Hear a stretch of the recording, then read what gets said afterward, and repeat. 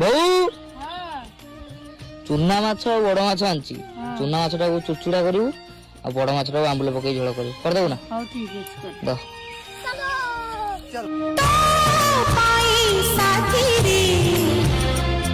জীবন যাও ভিতিরে তো পাই সাথীরে এই জীবন যাও ভিতিরে तू कहिले संजा आसबा तू कहिले सकाळ हवा सूरज उइब राति रे